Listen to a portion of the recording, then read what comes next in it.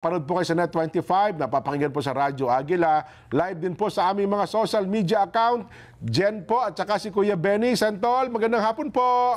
Masayang hapon po. Long time no hear, long time no see. Ayun, opo. Mukhang nakapag-relax na kayo, Santol. Hindi naman po, nagtatrabaho pa ho tayo. Tuloy pa rin. May session pa ho ngayon. Opo. Talagang tuloy-tuloy ang sipag ni Senator Tol. Ayan. Oo. Kahapon, Salamat po. kahapon nga po, napapanood namin yung napakagandang debate po nito. Ako, papatango-tango ako eh. Yun yung sinasabing Oo. mainitang balitaktakan. At saka matututo tayo, no? Ha? Yes, yes.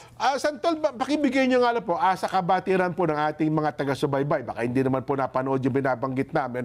Kayo po, bilang Senate Majority Leader, ano po yung stand ninyo doon sa punto na yung mga gaya ng impeachment, particular impeachment, na naipasa sa 19th Congress, ang tanong maitutuloy ba ito sa panibagong Senado, Kongreso, 20th Senate o 20th Congress, Santol? Hindi po.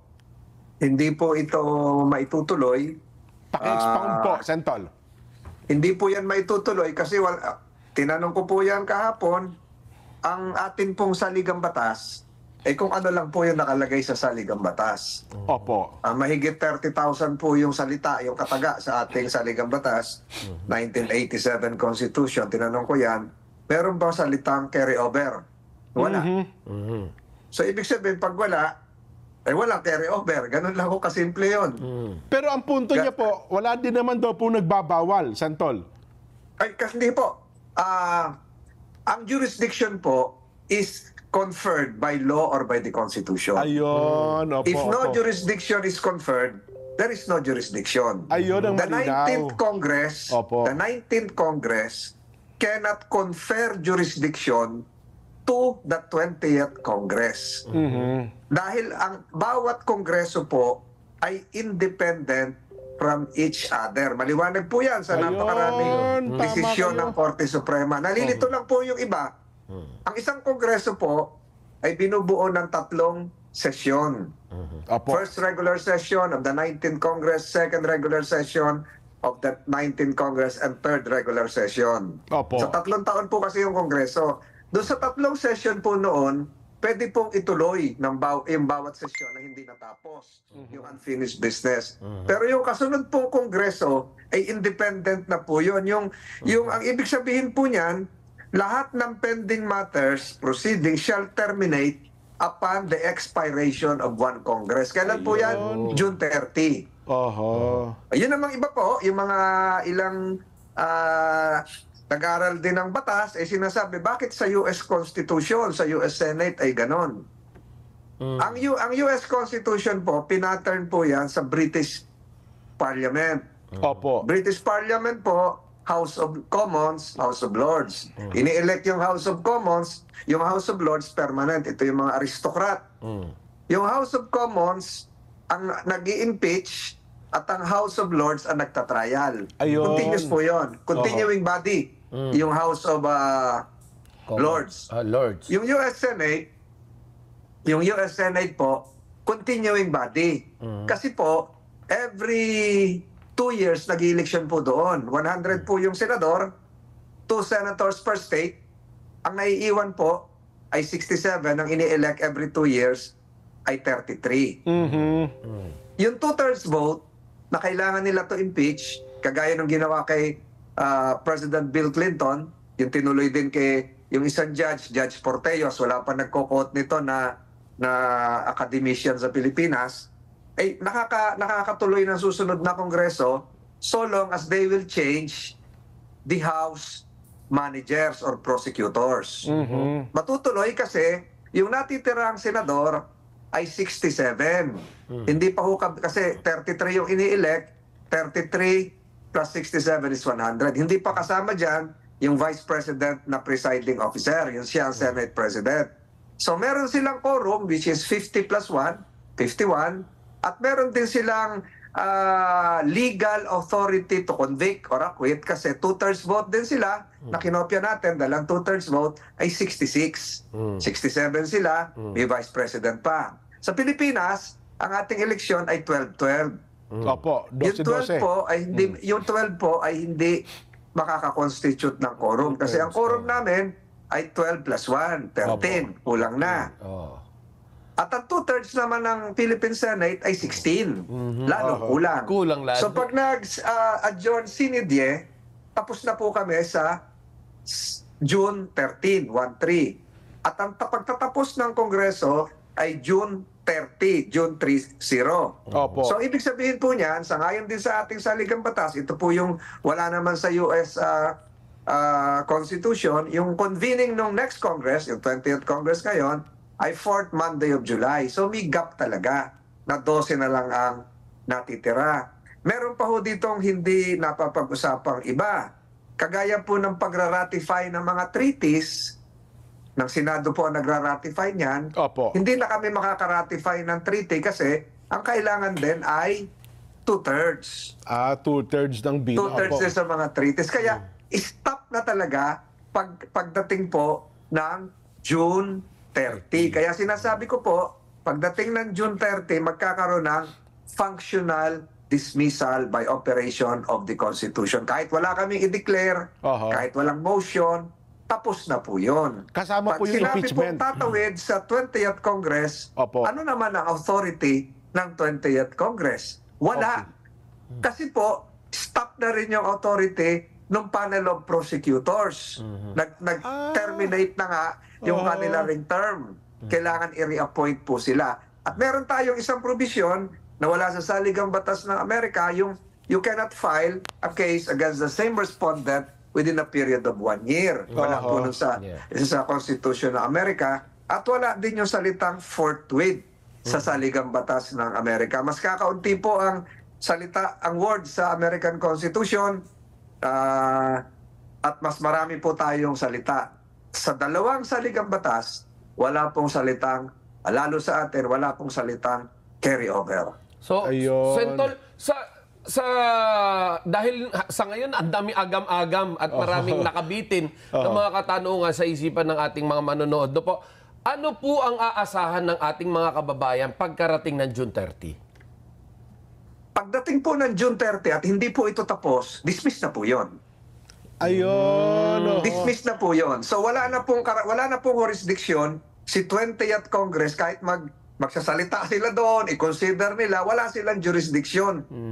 Aha. Hindi na nila kailangan i-accept yon dahil wala nga silang jurisdiction. So, So maghihintay na naman ng 1 taon para ma-refile kung kailangan yung case. Sa mga nagsasabi naman na kaya pa bang tapusin, siguro po kung talagang gagawin ng Senate President na sa June 11, presentment, pwedeng ituloy. Pero kinabukasan po ng June 11 ay holiday. June 12 naman June yun, 12 na, Independence opo. Day. Opo. Sinidye adjournment ang 13. Pero wala ang 19th Congress, ang buhay po niya ay hanggang June 30. Opo. Kung talagang papaspasan, araw at gabi, 24 oras, wala pong imposible doon kung gusto nilang ituloy. Pero yung akin pong teorya, at hindi po ito teorya, back up by jurisprudence po ito. Kasi siguro po, hindi sa pagyayabang, ang pagkakaiba ko po dito, pinag-aralan ko po yung US Constitution at ako po ay nag-bar exam din ng US Constitution. Aha, opo. Nag-bar exam po ako sa New York, kaya medyo kabisado ko po ito ng kaunti at nagtuturo din po ako ng constitutional law. Yung huli kong tinuruan nga ay dyan po sa New Era, New Era University. College of Law. Opo. So ibig ko po sabihin, all pending matters shall terminate upon the expiration of one Congress. So Kailangan pati po yung kapangyarihan ng prosecutors, pati yung kapangyarihan ng 19th Congress, tapos na pala yun. Tapos na po yon. Kaya kahit po yung Bill Clinton case, yung Trump case, nag-reappoint po sila ng bagong mga prosecutors. Subalit nag-carry over sila sa US Senate kasi nga doon sa mga pinaliwanag ko kanina. Dalawa lang po ang na-impeach pa sa US Senate, si President Andrew Jackson at si President Bill Clinton. Although na-filean din ang case si President Trump. Sa lahat-lahat po ay kasama yung mga judges sa US ay 19 pa lang ho lahat yan. Simula po nung 1789 US Constitution. May mga inibigay na halimbawa sa isang proper court anya, halimbawa, ikaw ay may kaso, ay nag-resign yung judge. So kaya naman halimbawa ay nawala yung judge. Nag-retire. Nag-retire yung judge. Opo. Mapapalitan lang anya yung judge. Pero yung kaso mo, Opo. nakadakit lang. Nakaandun lang Tama daw po yan. Opo. Tama po yun. Kasi may jurisdiction na binigay ang batas para dun sa husgadong yon. Ayun. Ang jurisdiction na binigay ng saligang batas natin Opo. ay yung impeachment court para dun po sa kongresong yon. Yung kongreso ng 19th Congress ang nag-file Opo. at yung Senado ng 19th Congress ang impeachment. Oh.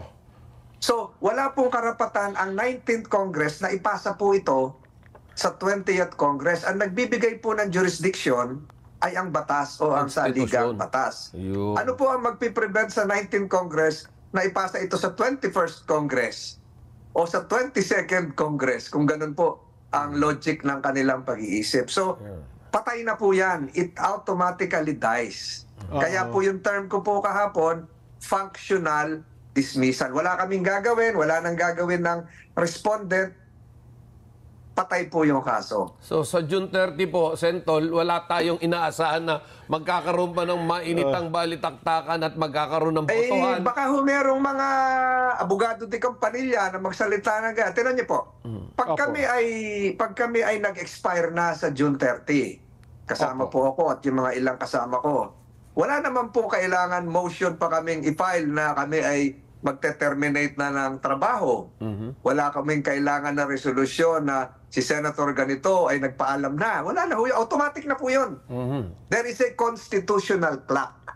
There is a constitutional deadline. The Congress, congressional acts, pending business, automatically lapses and dies within the same Congress. Lahat po ng final ko na hindi natapos, yung talampas ng Pilipinas Oil Corporation, yung talampas ng Pilipinas Development Authority, Opo. yung ROTC bill na hindi matapos, yung Department of Water Resources Management, Department of Disaster Management, tapos na po yun.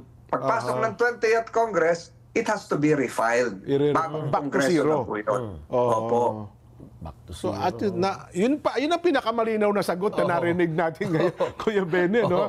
Wala pong pagkakaiba sa programa nyo. Opo. Pag natapos kayo ng alas 6, tapos na po yun. May programa ng bagong papasok. Oo. Opo. Hindi nyo pwede papera kung ipa-extend ng producer na kayo uli. Tapos na po yun. May bagong So programa. ang Bukas na uli kayo. constitution natin is the producer. So yun pala ang malinaw, ano? Hindi, balik ngayon, ang nakikita natin, June 11, yung pinaka critical na sitwasyon, yung sa June 11. pero Ganun po ba? Tama po kayo, sir. Pero may question din ako dyan.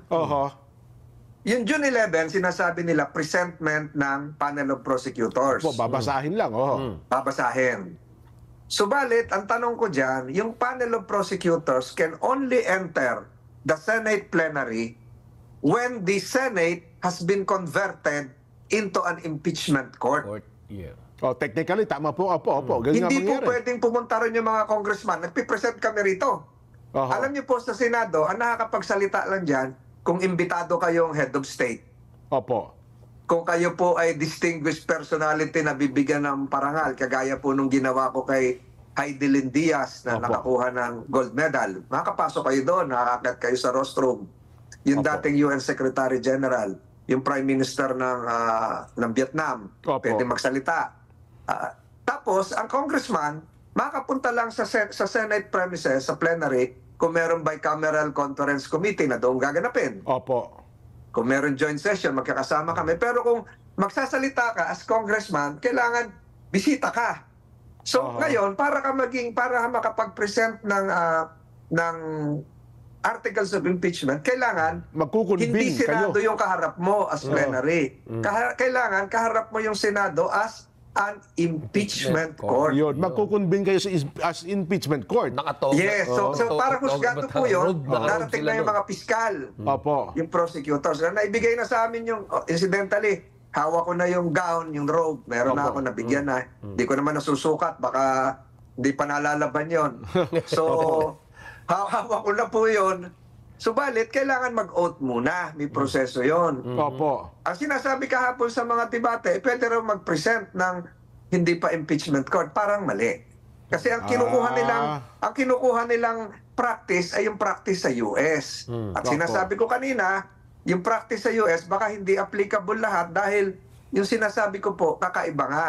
Oho. Na sila ay may natitirang 67. Opo. Tayo ang natitira ay 12 na lang. Subalit, yung ginaya po natin yung US Constitution, no 1935 Constitution, yung kaunahan nating saligang batas, huwag na natin banggitin yung Malolos Convention, Opo, kung ano-ano. Nung ginaya po natin yan, ang eleksyon po ng senador noon, kasabay ng congressman, ay 8-8-8. Oho. 8-8-8, 24 din.